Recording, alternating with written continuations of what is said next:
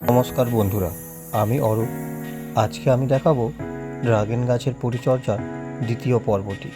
প্রথম ভিডিওতে আপনারা দেখেছিলেন এই ফাঙ্গাস লাগা ডালটির আমি কিভাবে পরিচর্যা করেছিলাম।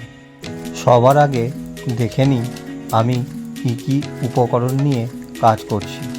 বেশ শক্ত এবং মোটা মাপের কিছু সোজা গাছের ডাল, দড়ি এবং কাঁচি। যেই ডালগুলি লম্বা হয়ে মাটি থেকে সোজাসুজি নিচের দিকে ঝুলে গেছে, আজকে আমি সেই ডালগুলিকে লাঠির সাপোর্ট দিয়ে ওপর দিকে তুলে দেব, যাতে ডালগুলি ভেঙে না যায় এবং সুস্থ আর সবলভাবে বেড়ে ওঠে। নিচে থেকে মোটামুটি 2 ফুট উচ্চতা পর্যন্ত আমি এটিকে সোজাভাবে বেঁধে রাখব।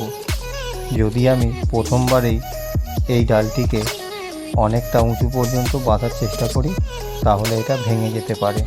এইভাবে প্রত্যেকটি গাছকেই আমি পরস্পর লাঠি দিয়ে সাপোর্ট দিয়ে দেব। মনে রাখতে হবে, গাছগুলি যত বড় হবে লাঠির ওপরে প্রেশার তত বেশি ক্রিয়েট হবে।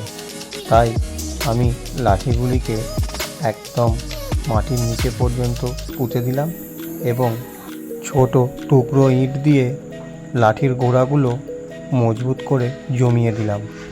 গাছগুলি বেড়ে ওঠার সাথে সাথে আমি কিভাবে পরিচর্যা করছি পরবর্তী ভিডিওয় আপনাদের সাথে শেয়ার করব।